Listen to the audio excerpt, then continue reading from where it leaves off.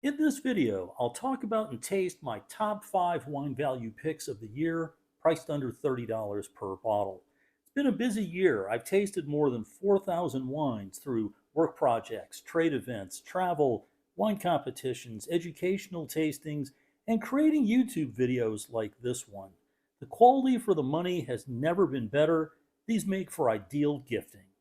I've gone through a year's worth of tasting notes to identify the standouts. It really came down to which wines I wanted to taste again over the others. The 5 wines come from 5 different countries. All of them were commercially available to varying degrees at the time this video was posted. Let's get into the tasting. First up is the 2022 Craggy Range Tamuna Sauvignon Blanc from Martinborough, New Zealand. Tamuna means special place in Maori. This wine is on the short list for the top sources for New Zealand Sauvignon Blanc.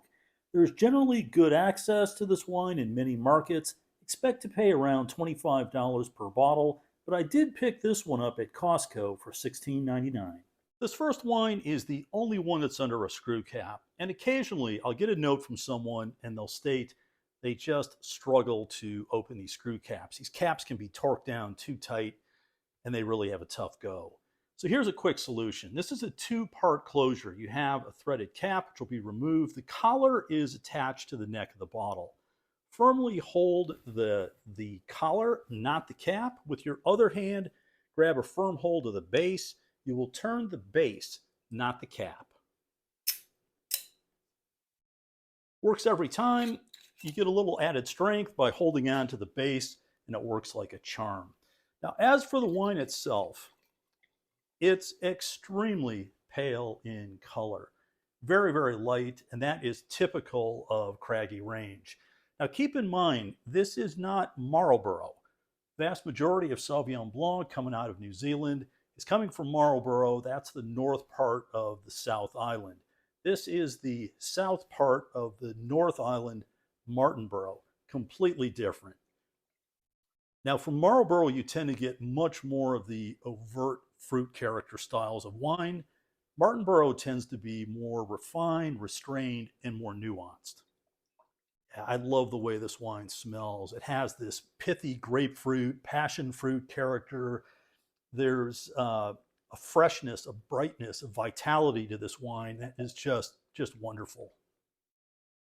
So on the palate, there's plenty of weight here. Even though the wine only checks in at 12.5% alcohol, it's typically a little lower than what you'll find in Marlborough.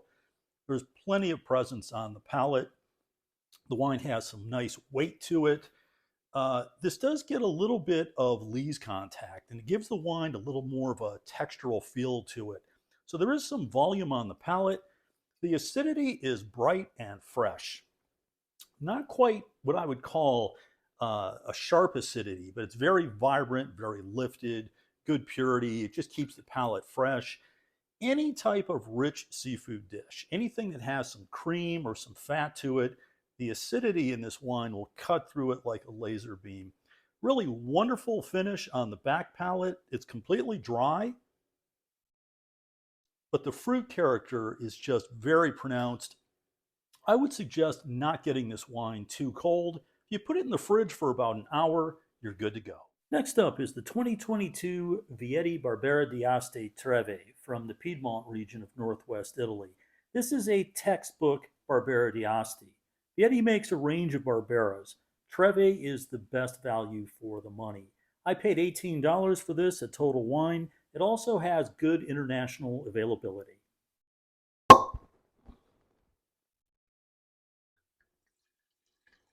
The color is just medium deep with a reddish purple color. So this wine I've been a fan of for decades and absolutely love it because it's consistent and the value is just tremendous. Now, a few months ago, I did a video on Barbera and this wine was included. I was surprised at the number of comments that I received from viewers that said, "No Vietti, I love it, the wines are tremendous." So apparently there's a good number of people that are in the know. If you're not one of them, here's your chance because the wines are really worthwhile. Now, in terms of the character of the wine, There's this aroma that's reminiscent of tart cherry, a little bit of a olive tapenade character, a little of that savory spice note, but the wonderful range in the aromatics. And this wine being a 22 vintage, it has that youthful characteristic. It'll age for a few years. You can keep this about 5, 6 years from the vintage, but it's really drinking very well at the present time. On the palate, very good weight. This is a wine that has that bright fruit character, good intensity. It follows through right to the back palate. There's nothing thin or washed out about this in any way. There's a little bit of grippy tannin there, which is very typical with many Italian wines. And this is the type of wine that really goes well with a wide range of foods. If you have something that has a little bit of richness or fat to it, any type of red meat, the acidity and the bit of tannin will just cut through that and keep the palate very fresh and clean. But the wine is wonderful from start to finish. The value is outstanding. It does get some good international distribution. If you've not had it, definitely search it out. Next up is the one selection from France, the 2022 Jonathan Pey Morgon Bellevue. This is a Cru Beaujolais made entirely from old vine, low-yield Gamay, tended by hand. This is true artisanal wine at the highest level. The cost goes for about $34 per bottle.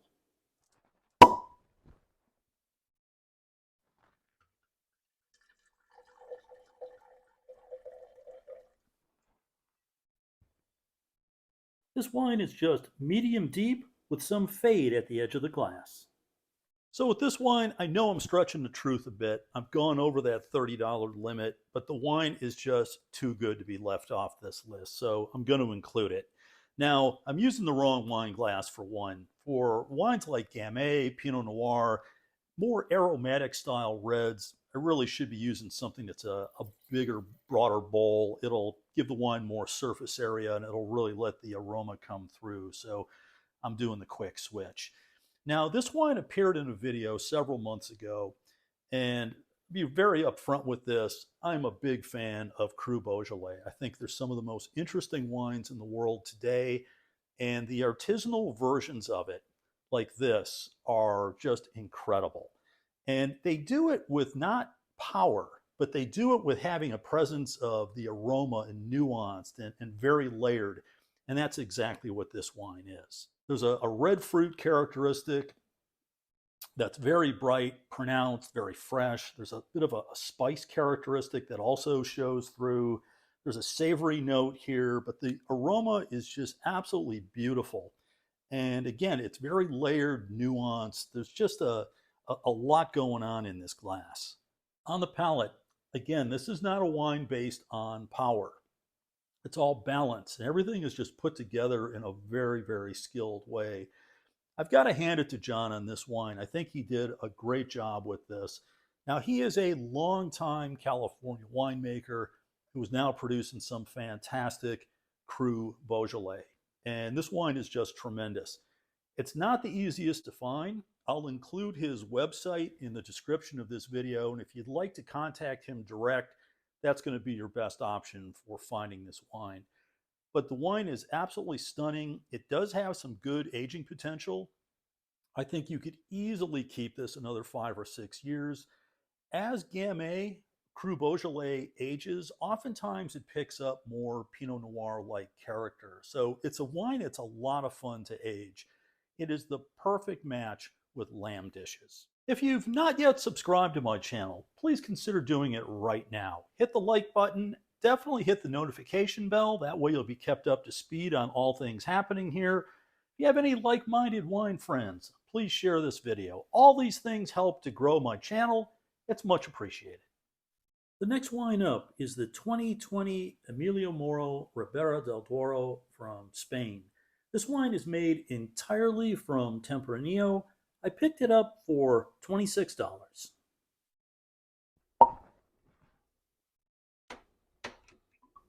The color is just moderately deep with some fade at the edge of the glass. This is accentuated by aging in oak barrels. This is another wine that's been a long-time favorite of mine. I featured this in a recent video, and the comments from people were all very positive. People that knew Emilio Moro were talking about the value, the authenticity. It was nothing but good things. So again, if it's a producer that you don't know, definitely check this out. Now, this specific bottling is the one that gets broader international distribution, and this is the one that really is the tremendous value. There's some upper tier wines, all of them are excellent, but if you're looking for something that's more value priced, this is the one to go with. Now, this is made entirely from Tempranillo, and there are examples from Ribera del Duero that'll include a bit of Cabernet Sauvignon, for instance. Generally, they're not my favorite. I like this example. It's more of a pure, authentic example from the region, and a little bit of Cabernet really can change the entire style of the wine. So I really prefer this style.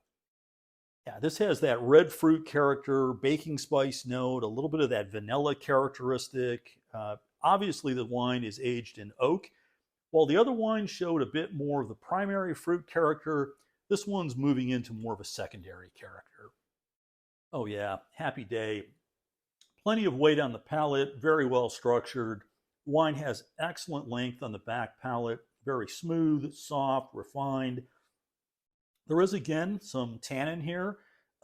It's not coarse at all. This is a wine that can easily age 6 or 8 years. Absolutely love it. I think this is just a spot-on example of one of the classic regions from Spain. I hope you can find this because this wine is just an absolute gem.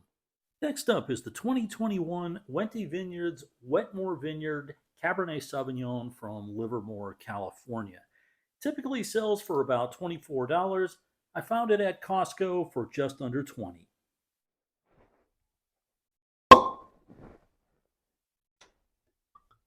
As expected, this wine has good depth of color at the core, and it's showing a deeper concentration overall versus the other wines in this video. So this wine came across as a bit of a surprise. I've been to Wente many times. It's not all that far from where I live. Nice people, great experience, but typically I'm focused more on their white wines.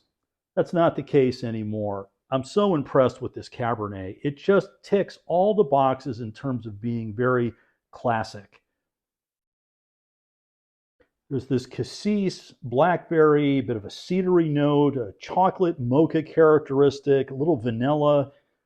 Just the aroma on this is so nice, very, very pleasant, very lifted.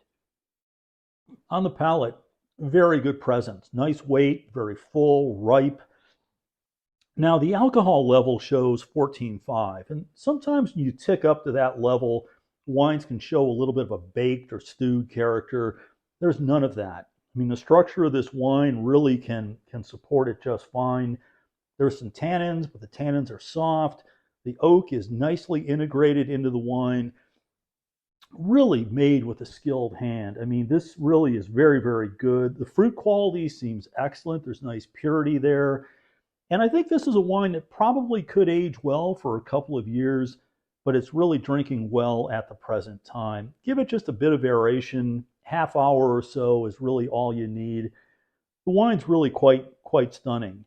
Now, in terms of a food match, any type of red meat, hearty stews, that sort of thing, this wine will stand up to it. And again, that tannin is there to cut through the richness of the dish to leave the palate very fresh and clean. I like this wine. I really do like it a lot, and it's impressive. I hope you can find it. If you have any questions or comments on this video, please post it down below. I do my very best to follow up on each and every one. Well, I have 5 really outstanding wines to choose from tonight. I'm not sure which one I'm going to go with, but I hope you're drinking something interesting as well. And please stop back again before too long. Cheers.